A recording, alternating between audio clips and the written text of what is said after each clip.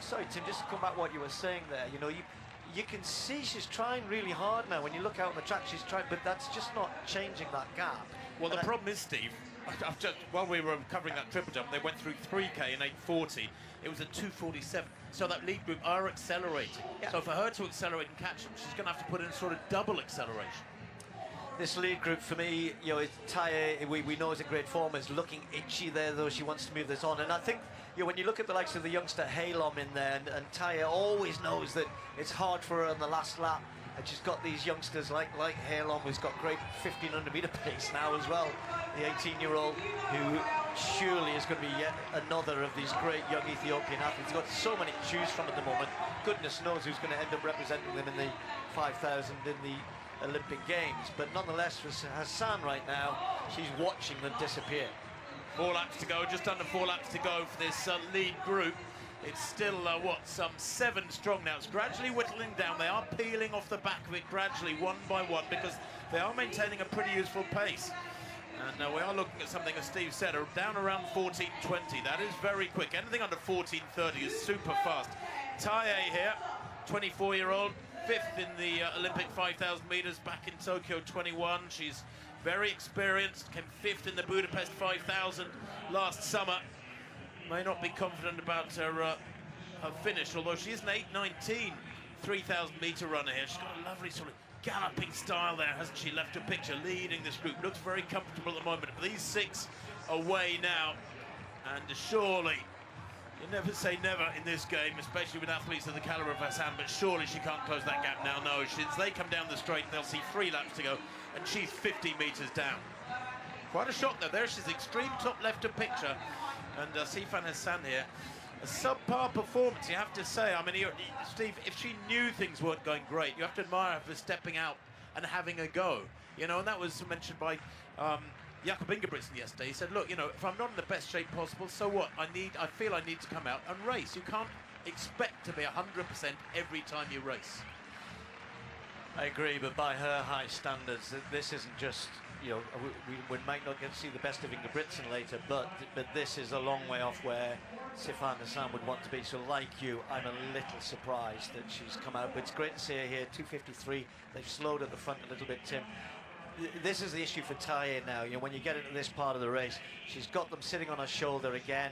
She knows that she just doesn't quite have the kick. She's so strong, has to make it a bit of a long run from home. Probably happy she's getting a little bit of help here. But this is going to end up with a burn-up over the last couple of laps, probably mostly on the last lap as well here. But it's going to be quick. Look at Taye. Looks comfortable, doesn't she? But she's waiting, just waiting. Hayelu's got pace. Halom's got pace, the youngsters. So Taye's got to do something. Gebre Salama held the lead. Taye comes past her. Gebre Salama, the 23-year-old, was second in the World Cross Country last year down in Australia. Came 4th in the World Half Marathon Championships in Riga, Latvia, back in October. She's a strong athlete, has got good speed. She won the Ras Al Khaimah Half Marathon back in February in 65:14. She's got enormous strength, the athlete there in that orange and white strip in second place, Gebre Salama. Taye, likewise, may not have the confidence about her finish. These two pushing it on strongly and trying to just break those behind them who may have better finishing speed. It's a classical middle long distance clash. Well, when you've got the world indoor champion at 1,500 metres sitting behind you, you've got the young 18-year-old in there as well, Halom, just hanging in there with a good 1,500 metre time, then you know that, you know, that speed in their legs is going to be a massive threat on the last lap. So Taye, though, is so strong. She's good at this, likes to wind up. Hayelu's getting a little bit closer now, just sensing the danger. The bell this time, still 5 athletes there, although they're beginning to suffer. This is where Taye and Gebre Salama have got to use their strength, but Hailu, Traweni Hailu, the world indoor champion from Glasgow just a few weeks back. We know she's in fabulous form, ran 3:55 in Los Angeles just last week. She's sitting there in third place. Ironically, she looks quite a flat-footed runner. She's not one of these high-knees galloping type runners. But Hailu finding a bit of daylight on the inside there, or at least she could have done. There was plenty of room down the inside as Javelin hits the front, 200 meters to run. Now the strong runners in 1 and 2, the speedster in third. Have they eased the speed out of her legs over these last 4 or 5 laps? It looks like they have. And we have a battle now between Javelin, Sigi Javelin, the half marathon specialist, the stronger of the two. But has she got the legs against Taye here? It's a real battle through the last 50. Taye on the outside. Javelin makes it down to strength and takes it by a meter. 14:18, the fastest time in the world this year. Hailu coming home, a tired third there. She just had the sting run out of her brilliantly by that leading pair over the last couple of laps. And Hassan, about whom we thought so much of this race would be about, well, she's way down. This is a fabulous run though. 14:18, it's the fastest time in the world this year by some 8 seconds. Well, it went one way then the other, didn't it? Taye must have thought she had it, but because both of these are using strength rather than pure speed, it is just literally that strength to the line. And literally in the last 5 meters, she gets ahead. It was an interesting race because you were saying, Tim, you know, we've got these great young talents in Hailu and Hailom who've got the shorter distances. We know how quick they can be. But when you get tired, and that's what Taye had to do, you know, you just gradually, the last 3 laps, keep the pace hard, keep it going. And there's no great sprint here. It's just that these two have got the strength to keep pushing on. And I think Taye thought she had this as she entered the home straight. Again, she doesn't have great acceleration at all. And the two of them now are just flat out. And now it's just, you know, what can I give here? What can I give? Nobody's got anything in terms of acceleration. It's just trying to maintain. And then all of a sudden, Javelin gets ahead. Great race. And as you said, best in the world this year. So Javelin, perhaps a surprise winner here. First 6 home in the women's 5,000 meters then from Ethiopia. Sifan Hassan, the first non-Ethiopian for the Netherlands, finishing in 7th place in 14:34. Back to the drawing board for her, but we don't know what she's doing in training. Confirmation of that win for Javelin, a world lead and a world under 20 record there. In 5th place for Burke Hailom. Van Klinken in the discus. Valerie Ullmann still leading. 3rd round effort, 66.87. Van Klinken trying to help the respond. That's much better. Well, that's close.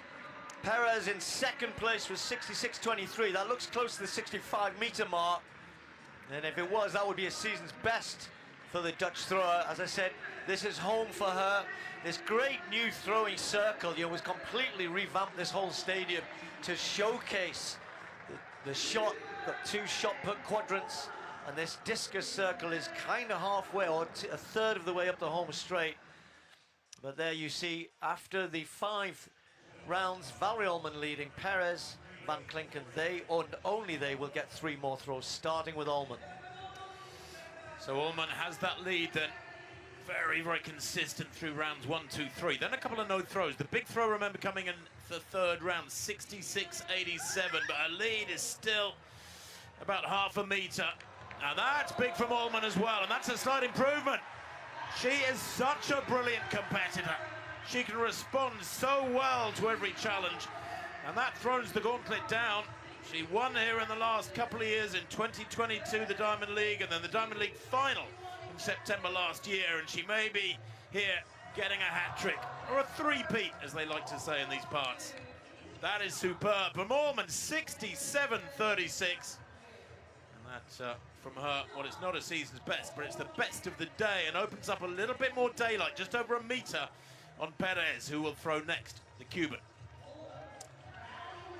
Well, Perez has, as Tim has mentioned earlier, thrown this massive 73 meters. It was in Ramona, the discus event.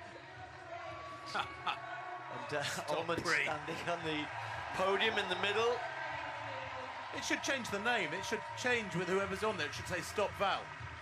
Yeah, I guess, except we have to use it for other events. A bunch of... That's why you change it from event to event. That's the whole point. Yeah, okay. Listen, it's work. that throw in, was a throws only, and it was the world record from a length in the men's. Perez 73 meters, but she has responded pretty well since then. Oh, there you go. That's close. Very close. And Valerie Allman not jumping up and down quite as much. She can't see what we can see because we saw the graphics from where Allman is standing. That will look as though it's almost as far. 67.36, just short. 67.25 for the Cuban. A gasp goes around the crowd. Very close indeed, but that at the moment is second, just Van Klinken to go. You don't really see Van Klinken getting as far as those two, but what a great competition, and Allman now can perhaps have a sigh as we watch Van Klinken. Yeah, Van Klinken here. Well, she is a 70-meter thrower. Oh, no, the pressure getting to her, maybe. There was the door was ajar, just a small opportunity for the Dutch athlete to ease past the big two. But she couldn't take the opportunity. Her best remained 64.88. She finished in third place. That came in round 5. Solid series from her, built up to that round 5 effort, but ultimately, a couple of athletes, Allman and Perez, just 2 or 3 meters up ahead of her, and that's a nice win for Allman. She'll be delighted to turn back the Perez challenge. Well, this is going to be a great event. We've got 2 hurdles races, the women first in the 100 hurdles and then the men in the 110. And already it's shaping up in Olympic year to be, as ever, a close run thing. You try and pick who you think is going to end up going to the games as any sort of favourite, almost impossible. So we're going to start here with Masai Russell over in lane 1. Ran a 60-meter flat personal best in the indoor season. The season's best in one of the Chinese Diamond Leagues, but in pretty good form. Alicia Johnson of the USA will be knowing that this is a huge opportunity. She had a disqualification in Doha Diamond League. Then the world indoor champion, new world record holder, Devin Charlton of the Bahamas, will be one of the favourites here, but so far outdoors, there's nobody really dominating, although Tanir Marshall sits right up there in the top of the world rankings, number 2 in the world this year with 12.42. The world champion, Danielle Williams, she'd only won 1 race in the whole of last season, heading towards Budapest, and then came out on top when it mattered most again. For the 2nd time in her career, became the world champion. Camacho Quinn runs for Puerto Rico, loved in these parts, the Olympic champion. Silver medal behind Williams last year. Then Nia Ali, what a season she had, the veteran 35-year-old. Ran her best ever last season, 12.30, and ran 5 of her best 6 times of her whole career in 2023. Now, Serena Samba Maela has now moved to the States to train with Jasmine Camacho Quinn, changed the training group. This young French woman will be a big, big hope for the French on home soil in Paris come August. And then Cindy Sember of Great Britain in lane 9. Well, Samba Maela is one to watch, getting better all of the time. For the first time, she beat Camacho Quinn actually just recently. So Williams, the world champion, is in 5. The world indoor champion, Devin Charlton, in 3. World record holder as well. Camacho Quinn, the Olympic champion, in 6. And yeah, Ali, former world champion, in 7. Women's 100 hurdles. Set. Camacho Quinn doesn't get out as good as Tanir Marshall, who's in the lead, and Devin Charlton right up there as well. And on this near side, it's the Frenchwoman Samba Maela who's just leading this at the minute. And it's Samba Maela who starts to come away. Can she get the win? Just, I think. Very, very close, though, on the line. 12.52. Well, I said she's a massive talent. She's definitely come on this year. John Coughlin, the Irishman who coaches Camacho Quinn, says that the 2 of them obviously working together a lot. Camacho Quinn, for the 2nd time now, looks as though she's come out 2nd best to a young training partner. How excited must the French be about the opportunity for this young woman at the Olympics? She's responded wonderfully, Steve, to the challenge there. Into a slight headwind too, second to left.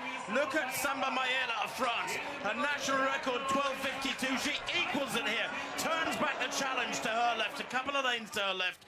From Jasmine Camacho-Quinn, the Olympic champion who took second, and Tonya Marshall who took third.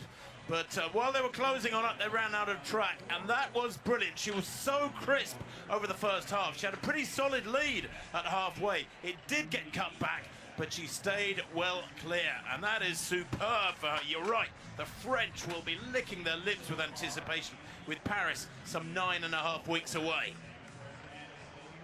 It's not just the time, Tim, that's really good. It's a new personal best. She's getting better all the time, but she's beating nearly all of the top people here. Toby Abersan's not here, and Kenny Harrison had to drop out earlier in the week, sadly. But that's a massive win. That's a really, really big win against some of the world's best here, including the Olympic champion and her training partner. So 12.52 equals her national record in personal best, as Tim said, and Camacho-Quinn and Marshall just sneaking ahead of the rest for third. All those barriers being raised now for the men's 110-metre hurdles. That's the next event on the track. Again, a fabulously strong event, that one. Let's go to the triple jump. And Thea Lafon, well, hasn't started out too strongly. The Dominica athlete. What can she do here? Needs a mark badly, and that looks pretty solid. She doesn't look delighted with it. I'm not sure she's particularly happy. She is the world #1 at the moment. World indoor champion in Glasgow. She had a super winter. Only 5th in Budapest last year, but she can come into this Olympic season fully expecting to do better than that in the main stop-off of this year. 15:01 is her world best. That was from Glasgow indoors, remember.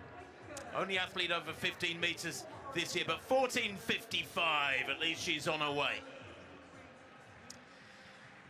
Well, our first look at Katie Moon, the Olympic and world champion, having a few problems with Achilles issues at the moment. And early stage in this pole vault, that's better. They actually opened height at 4.28 for one or two of the other athletes, but Katie Moon coming in at 4.53, failed as you saw there in her first attempt, so she'll be pleased with that. Yeah, she said, admitted in the press conference, been struggling a little bit, but she's vaulting okay and I'm managing it. So the Achilles, which has given her a bit of strife over the last couple of years at the moment, allowing her at least to get cleared today, but it's going to be a good competition that going forward. Back to the triple jump, Shanika Ricketts. Well, in the second round, bounding out to 14.24, the Jamaican. The lead, by the way, held by Perez Hernandez of Cuba, who in the first round went up to 14.73. She was lucky, she grabbed a strong tailwind. It was just over the legal limit at plus 2.1. Perez Hernandez then leading from the double World Championship silver medalist, Ricketts here. And that looks solid. Remember, her only valid mark to date was 14.24. That came in round 2. This is round 4. That is an improvement. But Ricketts, well, equal 5th best jumper in the world this year. 14.55 for her in round 4. This is Emily Grove, third attempt at 4.53, and manages, I'm sure to her absolute delight, to clear it. She did come in at 4.28, that early height, had her first time clearance at 43. This looked as though it might be a struggle, but look how high she was there. And not too many of these pole vaulters always get the chance on the Diamond League circuit. So for Emily Grove, this is a big, big day today. And that's a great clearance for her. Means she continues in this competition. Just having a little look back. Early stages still. Hope it'll go on and get some good heights today. Katura Orji then, as you can see. This is her round 4 jump coming up. 13.90 from her was her opener. And a no jump and a 13.79 from Orji. She won't be pleased with her card so far. She's very experienced. 4th back in Rio 8 years ago, and then 7th in Tokyo in 21. She is equal world #5. Good speed, nice first phase. Not a great middle phase there. Just losing that rhythm through the 3 phases, Orji. She's lying down in 6th place. Good final phase into the sand too for the American.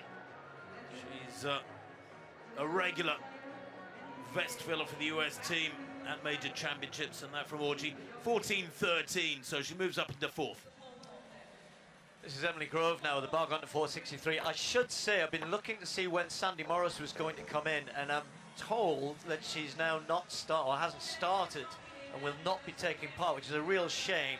So at the moment, it's the Olympic champion Katie Moon, cleared 453. Grove had gone clear, bar at 463, but that was a failure at the first attempt. Yeah, Sandy Morris apparently picking up a bug, and she reckons it was from somebody on the flight a couple of days ago who was coughing like mad behind her, and both she and her husband are under the weather today.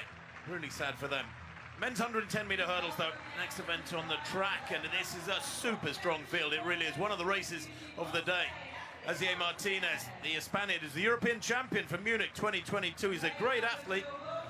Took a bronze at the World Championships here in Eugene in 2022. He's in 1. In 2, Trey Cunningham, semi-finalist the World Indoors in Glasgow, but a World Championship silver medalist here a couple of years ago, the American. In 3, Cordell Tinch, the world #2 this year, is a great long jumper. He's jumped 8.16 in the long jump, and in solid form, came second in Javelin, the first Diamond League of this season. Dan Roberts goes in lane 4, the world #1 this year. Good, consistent form from him. He's run 13.11. That was to win that Javelin Diamond League a month back. Grant Holloway was chatting to him last week in Atlanta, where he ran a 13.07, although it was not been given as a legal clocking for the world indoor champion. 3 times the world champion outdoors, Holloway. He's in 5. Hansel Parchment, the Olympic champion. That was a big shock. His defeating Holloway in Tokyo 2021. This is quite some matchup between them in 5 and 6. The Jamaican 6. They're in 7. Izumiya. Shinsuke Izumiya. 5th in Budapest last year. He was the world #3. He's in great form, the Japanese in 7. Fred Crittenden, 4th in Budapest last year, just outside the medals in Hungary. He goes in 8. And Jamal Brett, NCAA silver medalist a couple of years back, and 4th in Jamaica a couple of weeks ago in a season's best of 13.38. He goes in lane 9. But this is a heck of a lineup, and this is the big clash. Holloway here in 5. 3 times the world champion, took gold in Doha 2019, retained it here in Eugene 3 years later, and then retained it last year in Budapest to get the hat-trick. And he won the world indoor title in Glasgow to boot as well. He's super consistent, Grant Holloway. Holds the world indoor record for 60 hurdles, so look for a quick start from the American in 5 there in yellow. And beside him to the left there, Hansel Parchment, big, powerful, huge figure, the Jamaican, the Olympic champion. Holloway in 5. Parchment in 6. Good start from Holloway, bad start from Parchment. Izumiya of Japan, good start from 3rd to left, but Holloway going away with this one and moving further away. We can hold this together. Cunningham going well in 2, but Holloway's leading this one and winning by a metre and more. And Roberts gets 2nd place, the world #1 at the time. 13.05 in more or less still air, very slight headwind, but that underlines his 13.07 last week, and on a specially constructed track in Atlanta, in a park on the edge of the city. He ran 13.07 there, and quite a strong headwind. 13.03 in fact for Holloway. That is the quickest time in the world this year by almost a metre, and that is a very, very dominant run from Holloway, and he takes down some big names, Steve.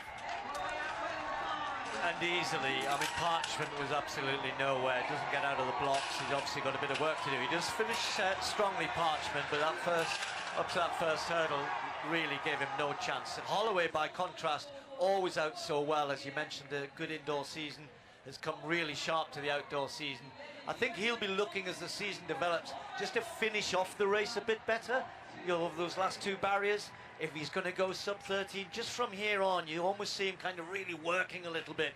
And the others do close him down, including Parchment, who will probably go, I ran well the second half of the race. First half of the race was awful. Yeah, so a bit ragged there from Grant towards the end, but that will get better. That will come as the season goes on. He is still the man to beat. Confirmation there of the world lead for Grant Holloway. 1-2-3 for the USA. Roberts was closing on him in the latter stages, but still a 1/10 of a second down. That's a gulf in sprint hurdling times.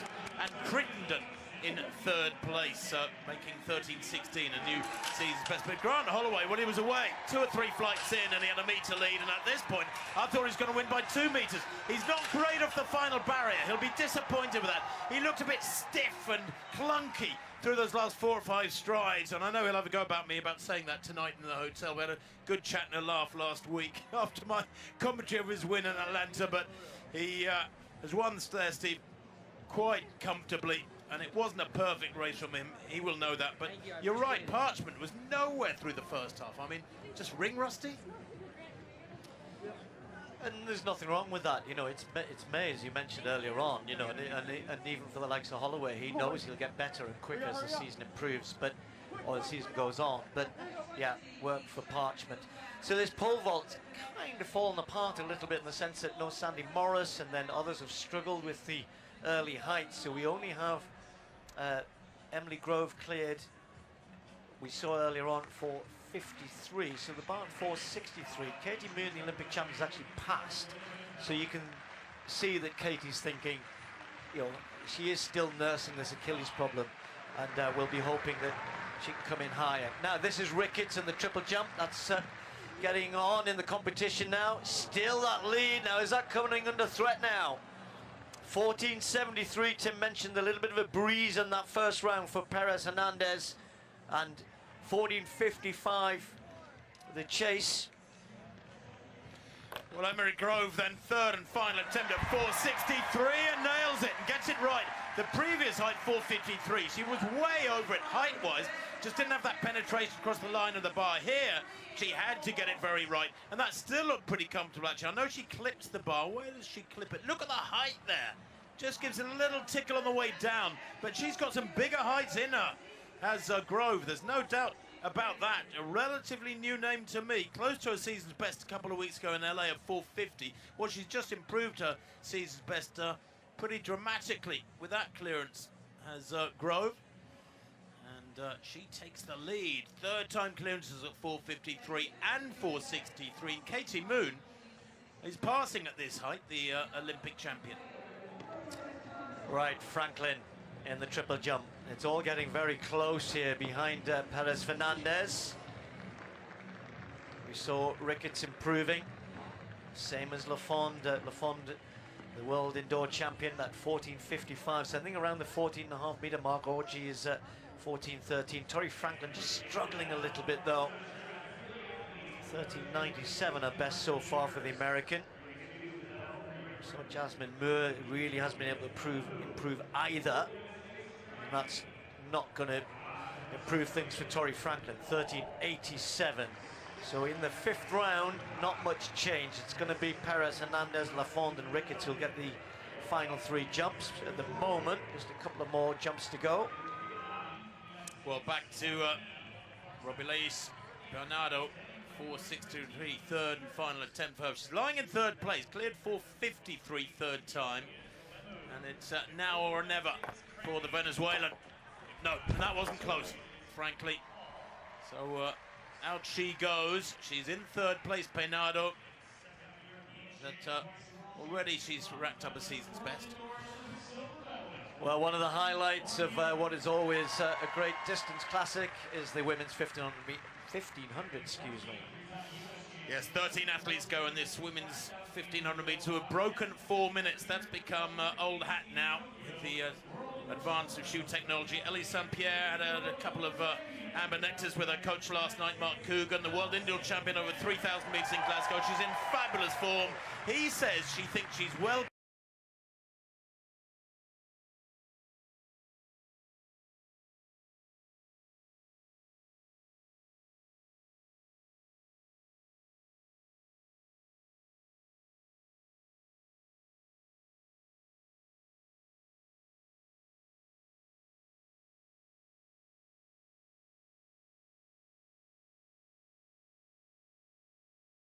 Deep in here, Laura Muir. How will she cope? The pace, by the way, due to be 62.5 per lap, around 3:07 at 1200, and they're looking for that target time, the US national record that belongs to Shelby Houlihan from 2019, 3:54.99. That's the target for St. Pierre and one or two others. Katie Snowden goes here as well for Great Britain, the 8th placer in Budapest. Bit of a surprise, that one from Snowden, who's really come on this last couple of years. A late developer, I think you could say, at the age of 30.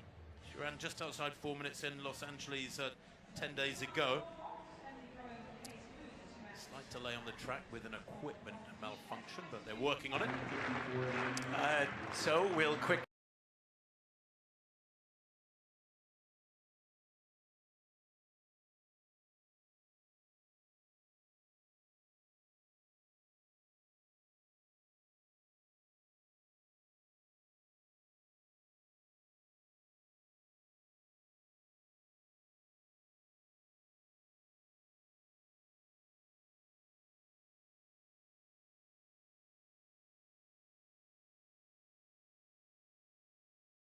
look at the triple jump.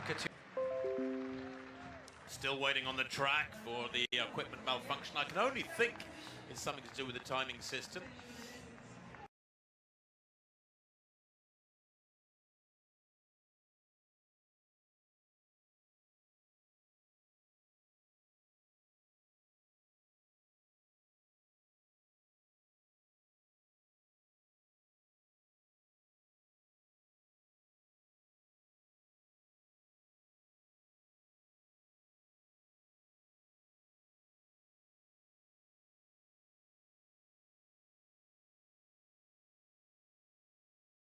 That's Georgia Bell, another of the Brits who has had a wonderful winter, the 30-year-old, 4th in the world. What's the problem there? Give up. Don't know, but they, What's wrong with... They don't go lovely loud old bang, like the old days. Now they sort of go foot. What's this wrong one with... can't even do that. Okay. This is Ryan Porter, the women's triple jump, just to bring this 5th round to a conclusion. Porter.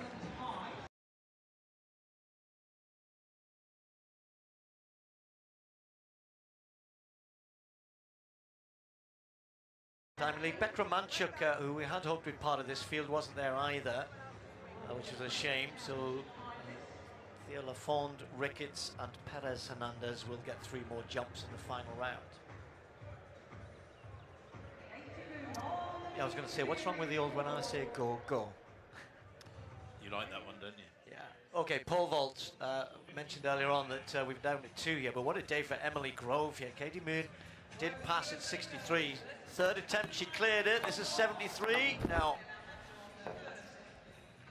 Well, she went the World Championships all the way back in 2017. No heighted on that occasion. She hasn't had too many chances to compete on the really big stage, but this could be, or will be, at very least a 2nd at the Diamond League here in Eugene. Well, I think we are about ready to get underway. The starter's gun has been replaced, so we're told. These 16 athletes with the pacemaker Jazz Shukla of Canada ready to get going. Shukla's a 4:10 performer herself. We'll be looking here to go up to 800 metres at about 2:04, 2:04.5. Look out too for Emily Mackey, the bronze medalist at the World Indoors, another of the top Americans here. Jessica Hull too for Australia in this lineup. So, away they go now. Is this going to be yet another super fast 1500 metres in this new era of middle distance times? So, St. Pierre in that yellow vest there slots into about 4th place in the dark glasses. Laura Muir right in her shoulder.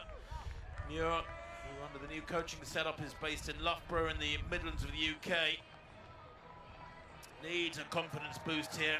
And the pacemaker Shukla gone off nice and steadily. Well, Teji slots into 2nd place, the World Championship silver medalist from last year. Ran 3:55 in Los Angeles just last week. She's in great form, we know that, so the others can key off her to some degree. Hull staying off the curb along with Muir as St. Pierre slots into 3rd place. It's a nice, healthy pace, Steve. No, it's a good pace, and it was really interesting to watch the dynamics here because St. Pierre, the other two know, Muir and Hull, know what she's going to do. And for just for a little while, St. Pierre sat behind the Kenyan, and then as soon as she stepped forward, the Muir and Hull reacted quickly. Laura Muir's been training in St. Moritz, getting ready for this, her first one of the year. It's got tough baptism, isn't it, for your first race when they're going out this hard.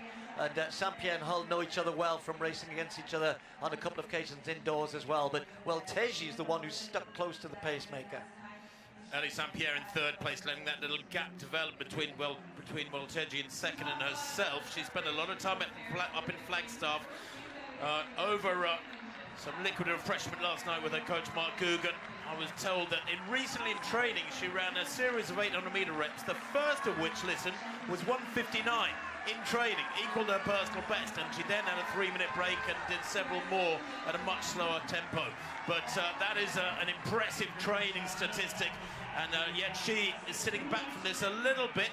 Hull in fourth place there, Muir in fifth. The rest of them single file. That's a clear indication that this is quick as they go through 800 metres in 2:04.92. Good pacemaking. Yeah, it's interesting what that information that you get. I'd like to see in that case, why aren't you up with Welteji?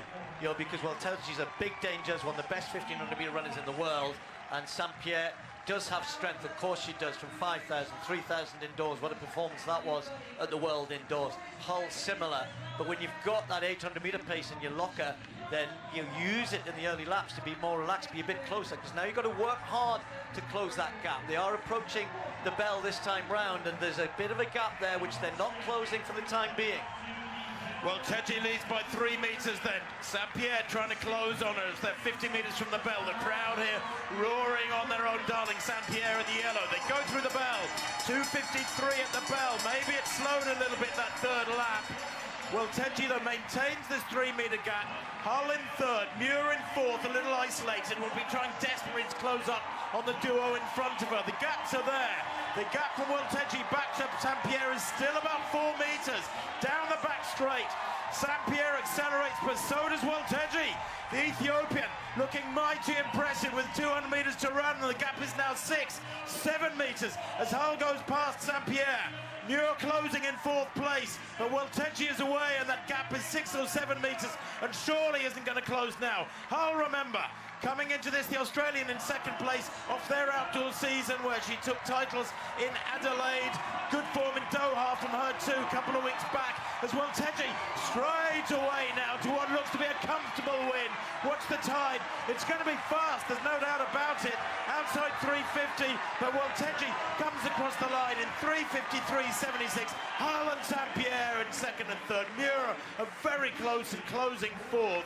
They were well under 4 minutes, that trio in second, third and fourth. But maybe they'll be a little disappointed that they didn't go with Welteji earlier on. And you have to say, Steve, all credit to Welteji. 3:53.75, super fast personal best. And she just outran a fabulous field. She's a great talent. She's very, strong, quick. She got in a bit of a mess in Doha, stepped off the track. I think that was frustration more than anything else. It was actually she tangled with Jess Hull on that day. Jess Hull had a real go in the last 300. The others then came back at her in the home straight. I think she just hung on for a second. But this young lady here, the Ethiopians know they've got such... I don't know, Tim. How do they pick their teams for 1,500, 5,000? 6 guys run 350. Be a selector. You've got the Welteji and all these great youngsters that they've got opportunities for. These 3 great runners behind. These are the best of the rest of the world. Jess Hull, Saint-Pierre, Laura Muir. But they've got to get a bit quicker, Tim, if they're going to get close. You have to say that Welteji was a class apart there. A personal best for her by a small amount, Welteji. 3:53.75, an American record, or an area record, excuse me, for Hull. They're in second place. Great running from the Australian. Saint-Pierre, a personal best, her award in third. 3:56 exactly.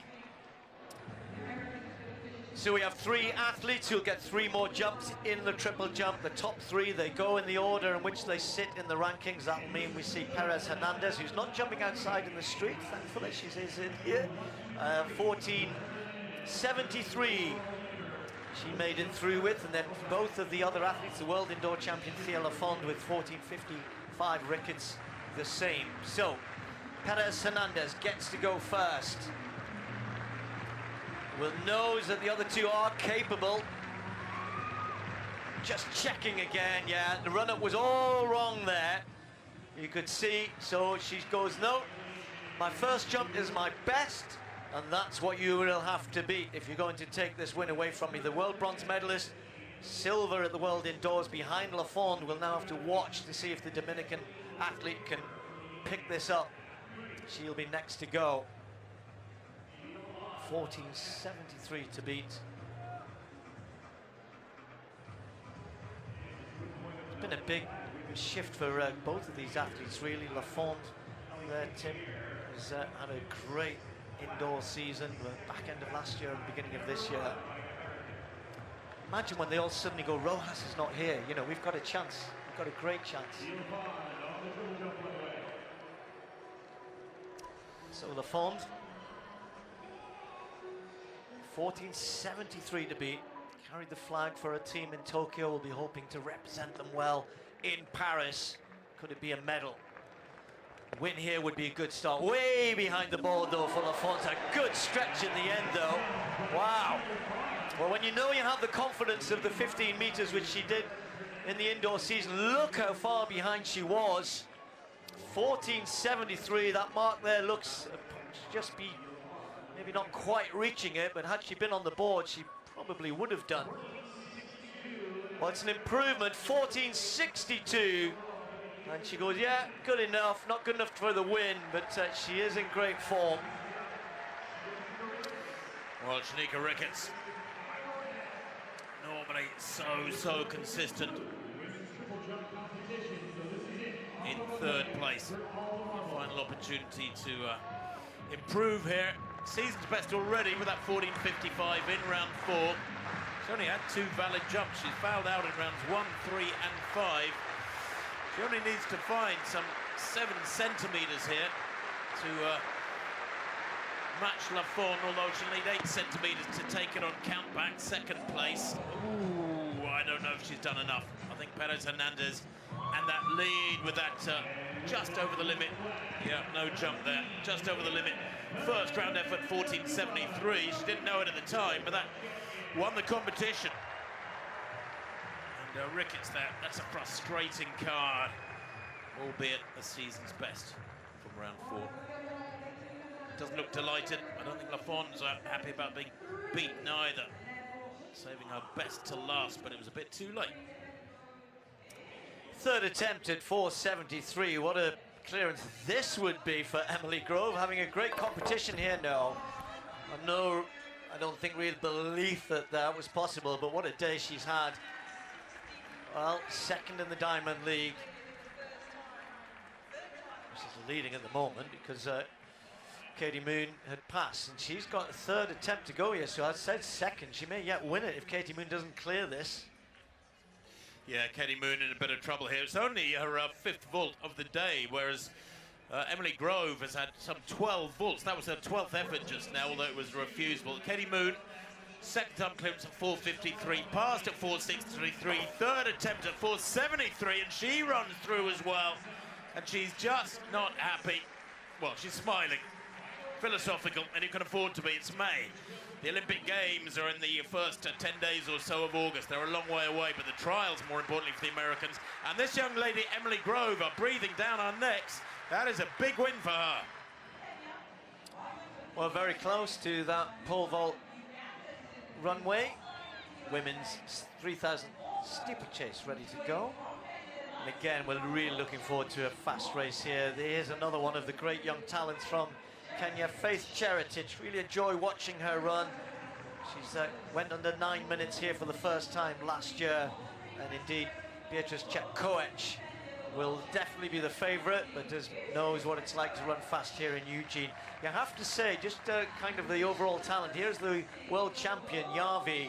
And if you look at the last 3 major championships, when Yavi won last year ahead of Chepkoech in Budapest, the World Championships here in Eugene in 22 and the Olympic Games in 21, 9 different medalists. I don't think there's an event in athletics where you could say that of the last 3 major championships.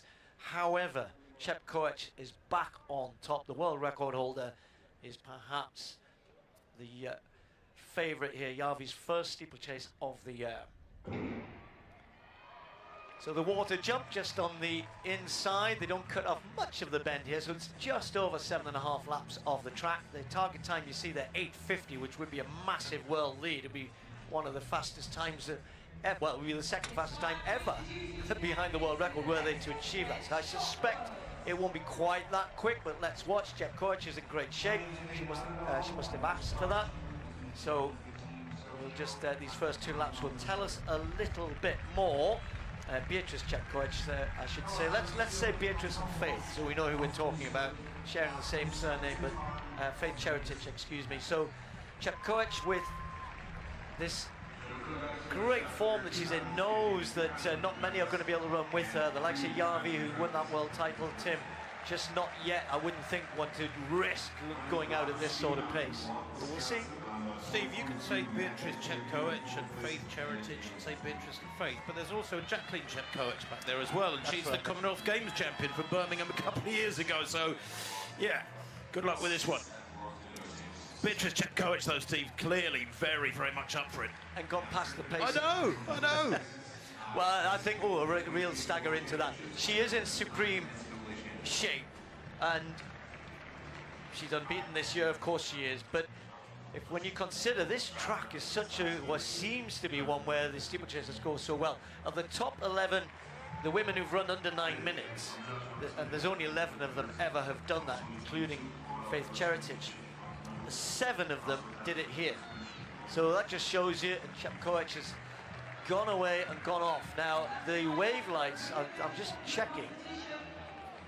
Either they had a false start. The wave lights are about 50, maybe 30 meters, 40 meters behind Jep Koech. So what is going on here, Tim? I'm going to have to start looking at the clock and ignore the wave lights. I think she's gone off at a suicidally quick tempo. That's why. Look at everybody else, though. We're 2 minutes into the race, and they're stretched out over 70 meters, this field. I mean, it's ridiculous. She's gone off like a scared rabbit.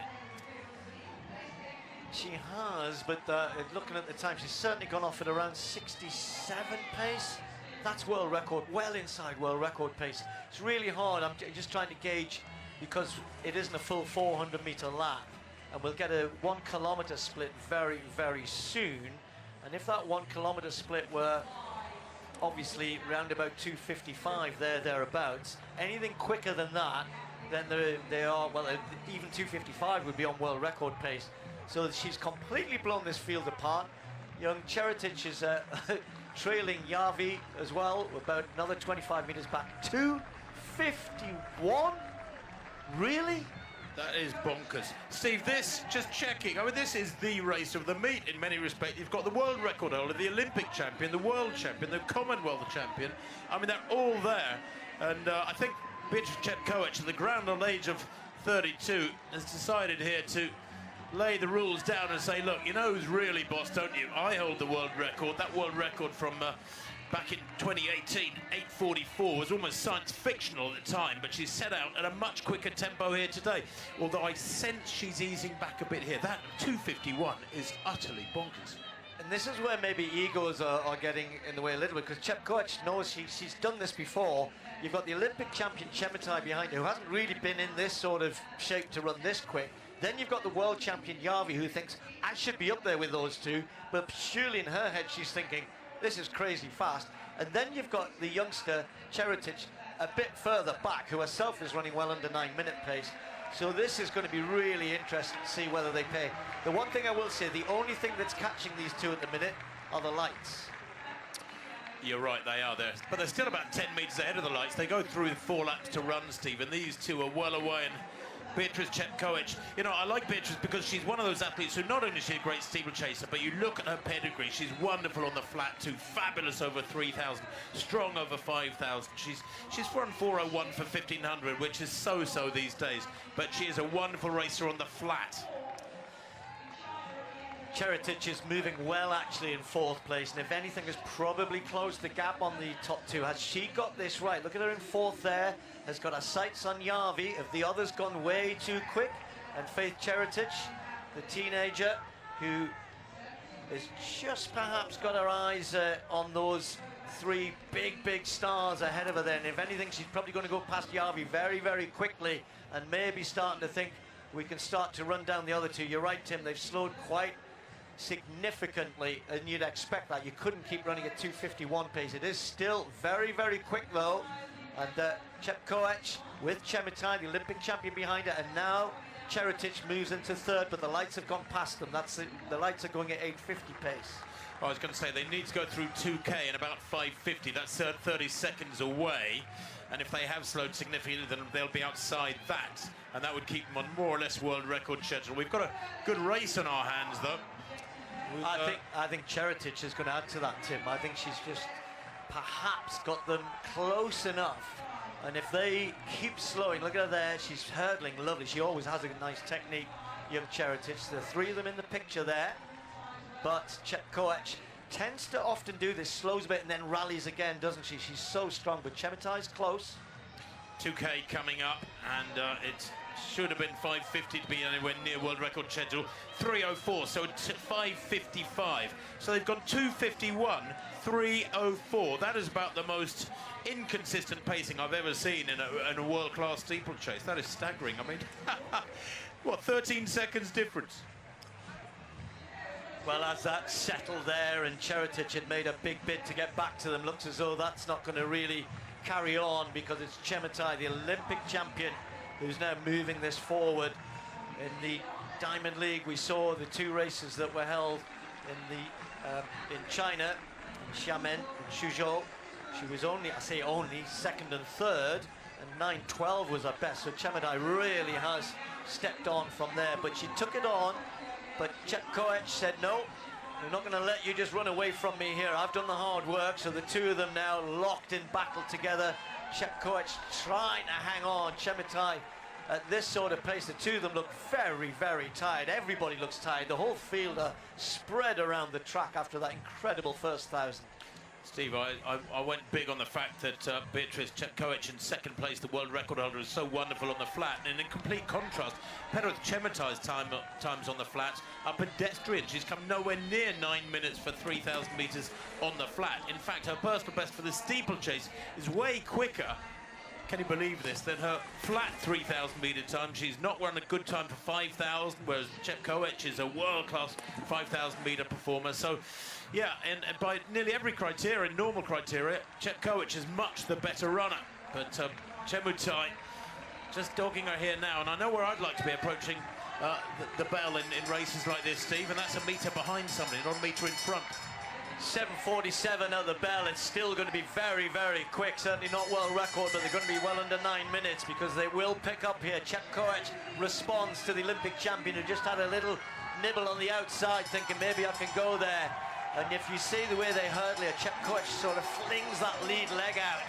But the two of them taking the barrier as well. But who's going to negotiate the last three flights the best? Down the back straight then, Chepkoech and Chemitai. Chepkoech just checks off to her side to give herself room. Chemitai looks good, looks comfortable. Both of them can certainly muster a finish off the last barrier. Nothing to choose between them. Chemitai goes wide again. Chepkoech holding the advantage as they come into the home straight. One more barrier to take. And now Chepkoech just finds a metre or two. Has Chemitai got anything left here? Can the Olympic champion muster something? She comes wide again off the last barrier, and it's Chemitai who's got the pace. She comes ahead. Chemitai, the Olympic champion, one last look behind. It's going to be an incredibly quick time nonetheless. 8:55 the win. Young Cheritic will take third place with a strong finish in around 9:3, 9:4. But after a first 1,000 metres, perhaps one of the quickest ever. I'd have to look back to see exactly when she ran 8:44, what Chepkoech went out in, with 2:51 first 1,000. Then, as Tim said, a 3:3, and then they've picked it up again. But for Chemitai, she was rewarded for going with it, wasn't she? She was rewarded for having a go, hanging in, and then Chepkoech couldn't hold her off. Well, that's a Ugandan national record. It's a massive personal best. Her first time under 9 minutes. She might be the Olympic champion, but that personal best was 9:01. She's set in Tokyo to win those Olympic Games back in 2021. She looked up for it here going into that water jump. She looked very bouncy and ready for it. Then Chepkoech forced her out, was coming out of the water and into the final straight. But I always thought Chemitai looked the most ready for it. And here, look at this change of gear. She's full of running. Bang! Off that barrier. lengthens the stride, the cadence is better, and Chepkoech to the left of picture might be the world record holder, but she looks single-paced compared with that. Those 10 metres open up in the last 50. Brilliant running, and the quickest time in the world this year. And I'll tell you what, Perra Chemutai at 24 has got many, many more seconds in her. I wouldn't be surprised, Steve, if later in the summer that world record of 8:44 comes under threat. Well, I think you've got to have the confidence to think you can do it. And surely, you know, the way in which Chepkoech went out there, she went past the pacemaker, she went past the lights, and she must have thought, all right, I'm up for this today, I'm going to give it a go. But great shots there of Chemutai, great celebrations. As Tim was saying, new national record, lots of season best, personal best behind. Chepkoech, another run under 9 minutes, and this track in Eugene once again gives us a fast women's steeplechase. Well, let's take a look now at the men's shot put competition. It's a fabulous contest. No Ryan Krauser, by the way, the world record holder. He's got a slight elbow injury, but he is working on that. Peyton Otterdal opens proceedings. He was 5th in Budapest last year, the American. Generally, he's the US number 3 behind Krauser and Kovacs. Kovacs does throw here. And Otterdal. Well, that's out there well beyond 21 metres. That's a superb effort from Otterdal. Here's a 22.41 thrower, and that from Otterdal. 21.43 his opener. Tom Walsh, former world champion. A huge roar there, trying to get it out towards that 22-metre mark. Actually, his second best throw ever in his whole career. You know, you might start to think at 32, as he's still got the big throws in him. Here last year, he did 22.69 in the Diamond League final, which was, as I said, his second best ever. Not as big as some of the other guys, certainly not as tall. Neither is Kovacs, I guess. No, Kovacs, massively powerful fella.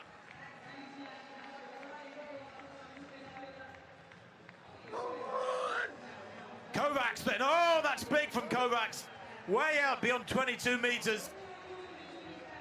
He is super consistent, twice world champion is Joe Kovacs. He's 3rd in the throwing order, took gold in Beijing 2015 and then gold again in Doha 2019. He won it last year with 22.93, the same as his season's best, Kovacs. He is 2nd on the world rankings behind Fabri, the Italian, who's broached new ground this year in spectacular style. That from Kovacs, 22.46.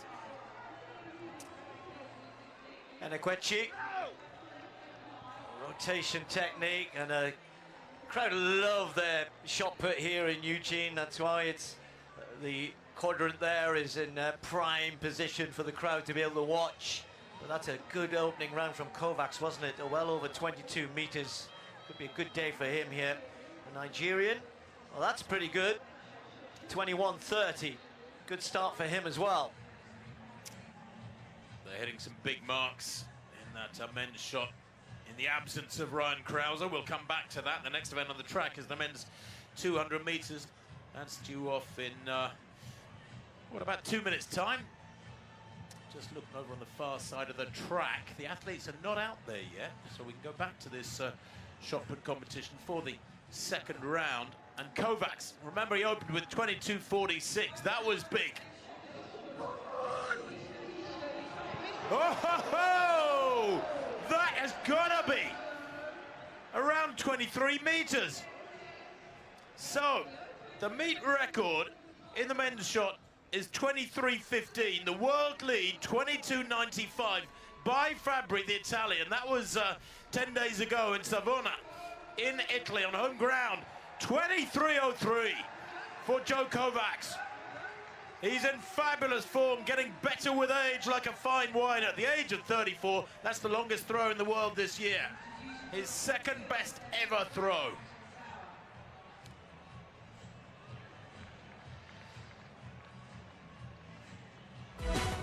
Well, we had a world record in the women's 10,000 metres, which was held earlier on today. If you missed that, that's a new world record for Beatrice Chepet. But we also had the trials for the Kenyan 10,000 metre Olympic team.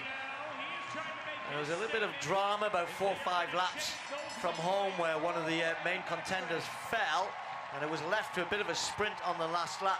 Tim, and it's interesting, isn't it? Kenya really struggling to find somebody kind of dominant in the 10,000 metres at the minute. Nicholas Kipkorir was hoping for the win here. Quebec was there. Look at Kipkorir just having a look across, but they're looking for someone to kind of jump out and be a real contender. Well, they went through 5,000 in 13:28, so under 27-minute tempo. We knew that by athletes of this calibre, it was a tactical affair, Steve. And that's why, coming around the final bend, 4 of them battling away here. It's a tactical race in under 27 minutes these days, can you believe? Who was going to take it? It was so tight. And this, of course, for places in the Kenyan Olympic team. First 2 home, guaranteed a spot on their squad for Paris. Well, the winning time, 26:50. It was a big surprise. Daniel Meteko taking the win, and a new personal best. Was 3 personal bests at the front. Track 10,000's not being run quite as often. That's some good pacemaking earlier on. As I said, there was a bit of a fall about 6 or 7 laps out, but there you go. It is a world lead, but look at those personal bests. But Meteko, Kipkorir and Quebec taking the first 3 places, assuming they'll get selection for the Olympics from that. Oh, can you believe the first 6 going under 28 minutes? 27 minutes, excuse me, I'm using old currency. It's a great day for distance running, actually, here in Eugene, Oregon. We're now looking forward to the men's 200 metres. These are not ideal conditions for the sprinters. They'd love it to be 10 degrees centigrade warmer than this. It's probably, what, about 17, 18 degrees centigrade? It's certainly not a warm afternoon. That cloud cover keeping the rain away at the moment. Well, 23:03, incredible throw from Kovacs. Has he got more in the tank here? In the absence of Krauser really stepping up. Another huge draw. That's another long throw.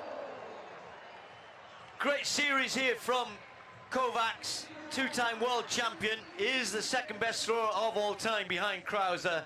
Did win here. He beat Krauser here in Eugene in the Diamond League final, which was Krauser's only defeat of last year. Coached by his wife, Ashley. And he said in the press conference yesterday, he said, he said, I'm going to throw it home, and if I start throwing it into the mulch, I know I'm doing well. Well, he's doing very well. Well, we can now go over to the far side of the track near the tower and join the men's field for this next event, the 200 metres. The meeting record 19.52 by Noah Lyles, who set that time 3 years ago. There is the lineup, and this is a strong field. Ogando goes in lane 3 for Dominican Republic. Aaron Brown goes in for the Canadian, 6th in the Olympics in Tokyo 3 years back. Van Bulle of Liberia goes in 5. He was 4th in Doha a couple of weeks back, best of 20:06. Of course, the benchmark for great sprinting over 200 is 20 seconds exactly. There in 4 is Aaron Brown, has a silver medal from the Canadian from the sprint relay in Tokyo. So the lineup from the inside: Brandon Carnes in 1, Ian Kerr of the Bahamas in 2, Alexander Ogando of Dominican Republic in 3, Aaron Brown in 4 for Canada, Van Bulle of Liberia in 5, Courtney Lindsay goes in 6, world number 2 this year, Kenny Benarek goes in 7, Curry King 8, Jeremiah Curry in 9. Benarek probably starts as favourite here. Watch Benarek with that headband in 7. Very, very strong, great 100, 200 and 400 metre runner. Great running from Courtney Lindsay, though, in lane 6, the world number 2 this year. Benarek, though, strong through the second half of the turn, holding the lead at the moment. Lindsay trying to come back at him desperately, but Benarek's strength easing him clear by 1.5 metres at the line, and the time 19.89. Well, comfortably under 20 seconds. The wind plus 1.8, so a very kind wind behind those fellas. Didn't feel like it, I have to say, sitting up here high in the stands above the finish line, but that's the 5th fastest time in the world this year. Kenny Benarek leads the world rankings, mind you. Only 3 other men have gone quicker than that this year. Benarek's season's best 19.67. But Steve, that was a nicely balanced 200 for Benarek, wasn't it? And then he was very strong the last 50 or 60. Yeah, it's his trademark as the closer. Lindsay runs a good bend, tries to get on terms, but he just can't maintain in the same way that Kenny can. And this is what he's very, very good at. He is in the form of his life, you have to say that. So the only concern for him, for me, is, you know, you've got the US trials coming up in a few weeks' time, then on to the Olympics. You've got to maintain that through. Of course, in the men's sprints in the US, they've got to be good. fairly early season, certainly going into the trials, because it's tough to make the team. But if he can keep this going, he's going to be right up there with a great chance at the Olympics.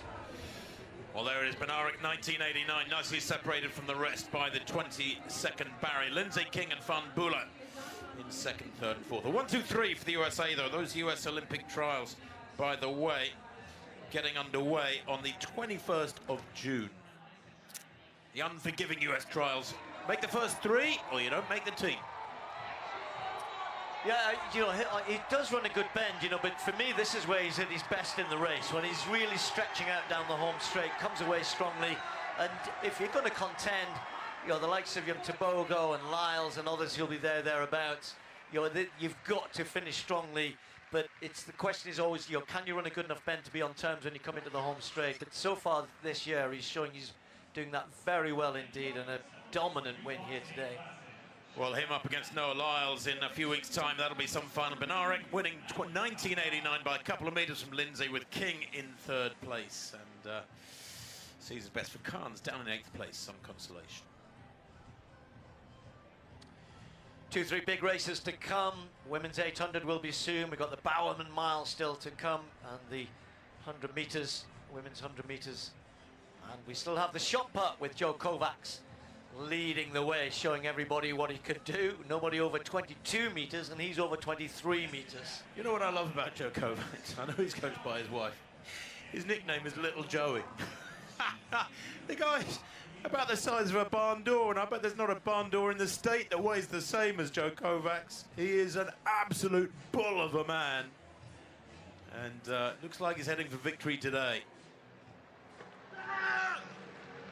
It was a good start from Anakwechi, and that will be an improvement. That could well be right around his personal best. 21.80. 6 of the World Indoor Championships. Set a new indoor personal best this year, so he's been in very good form, and that indeed is a new national record, 21.91, and moves into third place.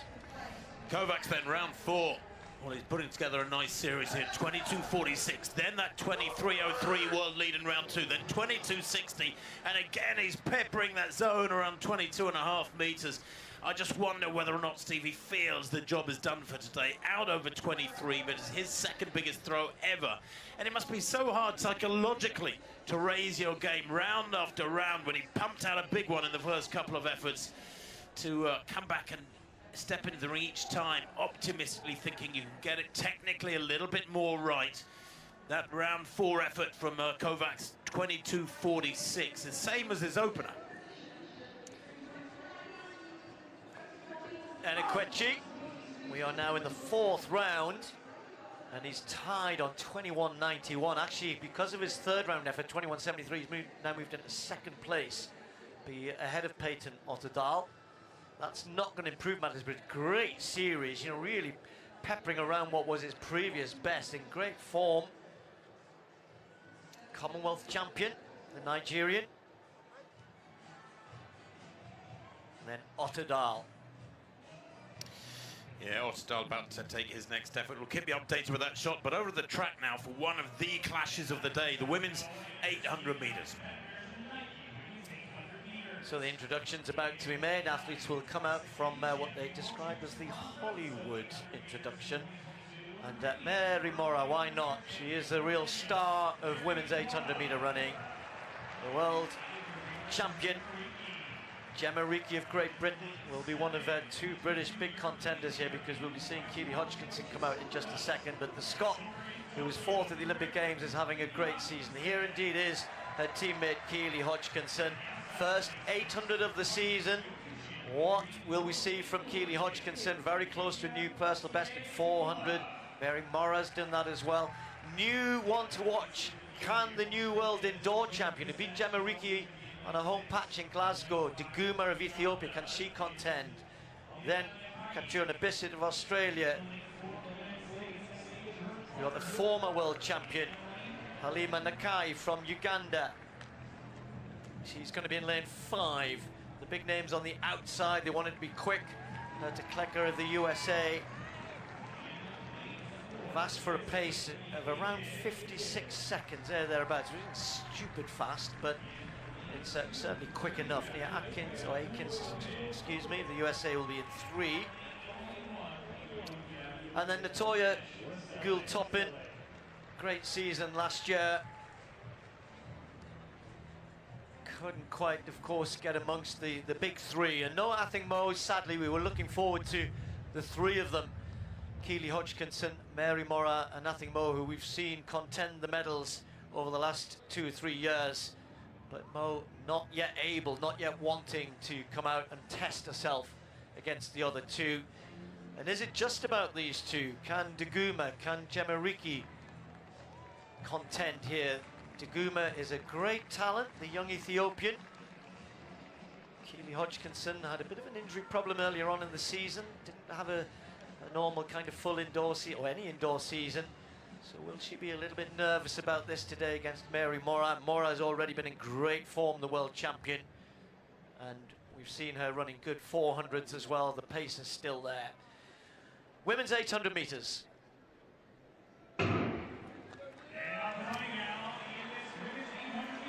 The tactics normally employed by the Kenyan is to get out in front on the first lap. She likes a good fast first 400, tends to like to control it, slow it down after that, and then comes home hard in the last 150, 200. The other's got to find a way to mess up that rhythm. There is Mary Mora down the back straight, following the pacemaker, getting out hard through that first 200. Keely Hodgkinson just following. Daguma's very close up there. Nakai, the former world champion, on the inside. So far, it's the script that we're used to seeing, although you have to say that Mary Mora is letting the pacemaker just drift away from her at the moment. But Steve, this is what Mora does. She's the quickest in the field over 400. She is to the front pretty comfortably. Now she's calling the shot. She likes to keep it nice and steady through this middle 200, going through the bell, and then hold everybody else off. She'll accelerate as she needs to through this second lap. She's a very clever tactician, and that is quick, 55.22.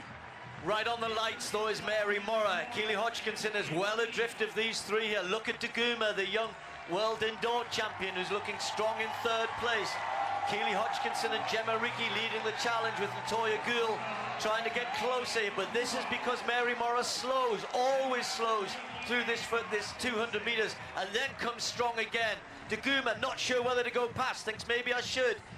Now Keely Hodgkinson's close. Has she got enough challenge, enough pace to go straight past Mary Mora? And this is what Mora does. She looks as though she's beat, and then will try and respond. But look at Hodgkinson round the outside, and now has the lead. It's been a perfectly judged race. Gemariki finishing quickly on the outside as well. But Keely Hodgkinson has done this perfectly, run her own race, forgot about Mary Mora's tactics, kept it even paced, and that's a great win, a big win.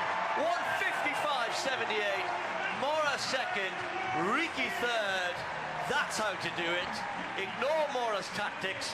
Don't go with her on the first 400. Stick to your plan and then finish strongly. That momentum, that swing through when Mora has slowed, don't stop. Just go past and keep going, and that's what she did. That was brilliant. Well, she's in a different class, frankly, isn't she? She ran a much more sensible race, Steve. She was well back at the bell, but 55.2 was the pacemaker. Probably around 56 flat for the leaders. It was too quick for this early in the season. Keely here has run a beautifully judged, balanced race of 2 laps. Got the first half right, gets the second half right, and she's a class apart because the others running on tired legs those last 200. She got that so right, and it was lovely to see. Well, I always think good 800-meter running is trying to be as even-paced as you can. You know, even negative split. You know, the guys do it a lot more than the women. Tend to go out a lot harder, and then you'll maybe run 2 or 3 seconds slow on the second lap. But this was brilliantly judged by Keely Hodgkinson. Sat off the pace on the first lap. Trust yourself. Back yourself. Know what you're doing. Have faith in your training. Have faith in your pace.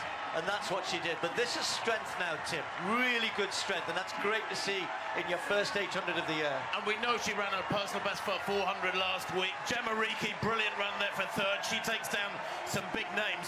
Interesting that in such a quick race, the first 3 was so separated. Nearly a 1 second margin there between Hodgkinson and Mora.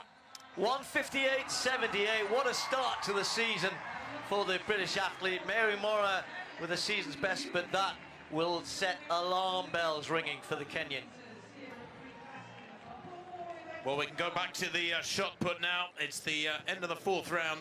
Peyton Otterdal opened with 21.43, then 21.91, then 21.59, and that is better still.